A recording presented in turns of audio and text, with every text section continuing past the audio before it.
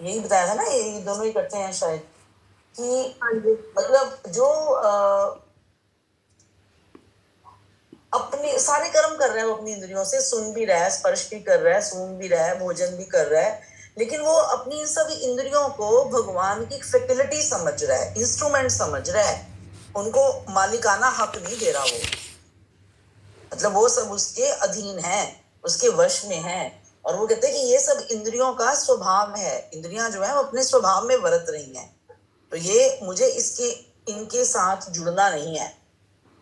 मतलब जैसे अब कुछ चीजें जो हमारे, हम आंखों को बंद करते हैं, खोलते हैं, पलक झपकते हैं, रात को सोते हैं तो हमारा हृदय धड़कता है, तो ये उसका, ये इंद्रियां जो है वो अपने अपने कार्य क्षेत्र में कार्यरत हैं, लेकिन वो उसकी मालिक नहीं है, वो उसके कंट्रोल में है, वो भगवान की फैसिलिटी है, उसका उसका इंस्ट्रूमेंट है।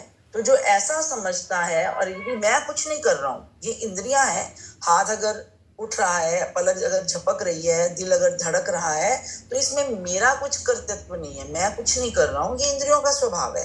तो उसमें वो मैंपन को, उसके अंदर वो अहंकार को उसके अंदर नहीं डालता है। ऐसा जो है मतलब कर्तापन नहीं देख रहा किसी भी क्रिया में। हमारी इंद्रियों द्वारा जो भी क्रियाएं हो रही हैं उसमें वो कर्तापन नहीं देख रहा किसी भी क्रिया में। अपनी एकता, मतलब उनके साथ वो अपनी एकता स्वीकार नहीं कर रहा कि ये प्रकृति के कार्य हैं, ये प्रकृति का दिया हुआ कार्य है, इन सब इंद्रियों को जो प्रकृति जो रूप उसमें हो रहे हैं, तो इसमें मैं कुछ नहीं कर रहा हूँ। ऐसा जो व्यक्ति है वो मतलब उसमें उन्होंने मतलब वो सच्चा सांख्य योगी या कर्म योगी या कर्म सन्यासी है, ऐसा मुझे समझ में आया। और जो इसमें अगर आप जैसे मुझे इसमें यही समझ आया दोनों में। और लास्ट है, जो जो पुरुष सब कर्मों को परमात्मा में अर्पण करके और आसक्ति को त्याग कर कर्म करता है, वह पुरुष जल से कमल के पत्ते की भांति पाप से लिप्त नहीं होता। तो ये मतलब जो भी हम काम कर रहे हैं, जो भी हमसे हो रहा है, वो हम किसी भी फल की इच्छा के लिए नहीं कर रहे हैं, जितने सब काम जो है कि परमात्मा को अर्पित हैं। तो जैसे ये बात उसने सर ने भी एग्जाम्पल बहुत अच्छा दिया था और मैंने उसको गांठ बांध दिया।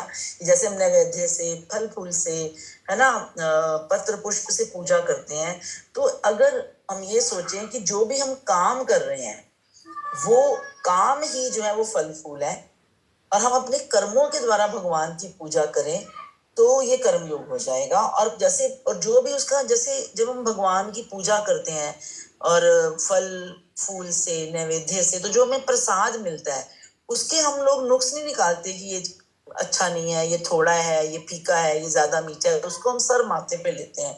तो ऐसे जो भी हम कर्म करें वो हमारा कर्म जो ईश्वर की पूजा की तरह हो, और जो उन कर्मों का परिणाम हो उसको हम प्रसाद समझकर ग्रहण करें, तो संतोष का भाव आएगा। तो 10वें श्लोक का मुझे तो यही अर्थ लगता है कि मतलब हम अपने सभी कर्मों को परमात्मा की पूजा सामग्री समझते हुए उसको अर्पण करें, और हमारी उसमें कोई आसक्ति ना हो, और जो हमें उसका परिणाम मिले उसको हम प्रसाद की तरह ग्रहण करें। तो तब हम, जैसे जल में कमल, ये बड़ा कॉमन एग्जाम्पल है, रहता है और उसपे कीचड़ में कमल खिलता है, उसपे लेकिन ना कीचड़ लगा होता है ना वो गीला होता है, उसी प्रकार हमारे ऊपर भी मतलब किसी भी कर्म के परिणाम का फिर कोई फल, किसी भी कर्म के परिणाम का कीचड़ नहीं लगेगा हम पे, वो प्रसाद है और हमारे कर्म पूजा है। जो मुझे समझ में आया वो यही है। Thank you. Doctor Sunita ji या गुलशन जी कुछ कहना चाहें तो? नहीं, आई थिंक बता ही दिया मतलब ठीक से, मतलब समझ आ गया। ठीक। और समाप अच्छा हो गया ये तो क्रक्स वही लगा इसका, 1 से 10 का मेन जो इन्होंने लास्ट में बताया वो सबसे इम्पोर्टेंट लगा, कि जो भी परमात्मा रच रहा है उसे परमात्मा का विधान मानकर या प्रसाद मानकर, जैसे उन्होंने बोला है कि फिर जैसे प्रसाद को हम कुछ नानुकुर नहीं करते हैं, जैसा भी प्रसाद हो उसे भावपूर्ण ग्रहण करते हैं, वैसे ही उसे हर परमात्मा की जो भी करनी है उसको श्रद्धा से उसको ग्रहण करना चाहिए। ऐसे हाँ, मुझे तो यही परमात्मा की लगा। करनी नहीं बोलेंगे ना हम इसको, परमात्मा की करनी नहीं बोलेंगे। नहीं, हम जो भी कर रहे हैं हम उसको एज पूजा अर्पण करें। हम सब कुछ, जब हम जो भी चीज हम भगवान को अर्पित करते हैं, हम अपनी तरफ से पहले देखते हैं साफ है, शुद्ध है, ये जगह शुद्ध है कि नहीं है, ये चीज शुद्ध है कि नहीं है। मतलब आप जो बिल्कुल बेस्ट एफर्ट लगाते हो, बेस्ट चीजें लेते हो, बेस्ट ऑफरिंग देते हो परमात्मा को की जब आप पूजा करते हो, तो जब हम अपना कर्म अर्पण करते हैं परमात्मा को, तो हम उस टाइम भी आप ये सोच के करोगे ना कि मैं परमात्मा को अर्पण करना, ये कर्म मेरा परमात्मा को अर्पण हो रहा है, तो जो बेस्ट कर्म होगा वो करोगे, आप गलत कर्म नहीं करोगे। तो जब आप गलत कर्म ही नहीं करोगे तो आपको उसका गलत फल भी नहीं मिलेगा। मतलब फल इन द सेंस कि जो आप बिल्कुल कोई गलत काम नहीं करते हो। तो यहाँ पे हम जो अभी तक हम पढ़ते आए हैं उसमें जो हम कर्म पढ़ रहे हैं, और वो कर्म क्या है, वो कर्म है यज्ञार्थात कर्म, जिसमें आपकी कोई किसी तरह की इच्छा नहीं है, कोई आप उसके फल के साथ बंधे हुए नहीं हो। तो जब आप फल के साथ बंधते ही नहीं हो, आप फल की इच्छा ही नहीं रखते हो, आप तो जो करना है वो आप जो आप कर सकते हो, करना है नहीं, जो आप कर सकते हो, अपना बेस्ट एफर्ट, बेस्ट तरीके से आप कर्म कर रहे हो, तो उसमें फिर परमात्मा की करनी हम नहीं कहते हैं। उसमें हम उसमें यही कहते हैं कि हमने अपना बेस्ट जो हम कर सकते थे वो हमने कर दिया, आगे जो भी मिलेगा वो हमें प्रसाद है। हाँ, दोनों बातें हो गई ना कि अपने मतलब कर्म करते। सिचुएशंस जो आ रही हैं हमारे सामने वो प्रसाद है। और है कि नहीं, जो सिचुएशंस आ रही हैं उसको रो के लेना या खुश होकर के लेने की जगह वो प्रसाद समझ के ली जाए, और जो कर्म कर रहे हैं वो सामग्री समझ के दिए जाएं, किए जाएं। और जो भी जैसा अब हम कल हम जो कर रहे थे 19th 20th हम जब कर रहे थे कल, तो हम ये कल बात कर रहे थे ना कि जो कुछ भी हम अच्छा होता है या बुरा होता है, दोनों का हमें फायदा होता है। अगर कुछ बुरा होता है, मतलब अच्छा तो हम अच्छा ही समझते हैं, जब बुरा होता है तो हमें लगता है कि बुरा हुआ, पर जब बुरा होता है तो उससे भी हमें कुछ, जो चीज हमें लगता है कि ये मतलब मेरे जो मैं सोच रहा था, मतलब जो भी इच्छा, मतलब हम अभी उस लेवल तक तो पहुंचे नहीं ना कि हम बिल्कुल इच्छा रहित हो गए।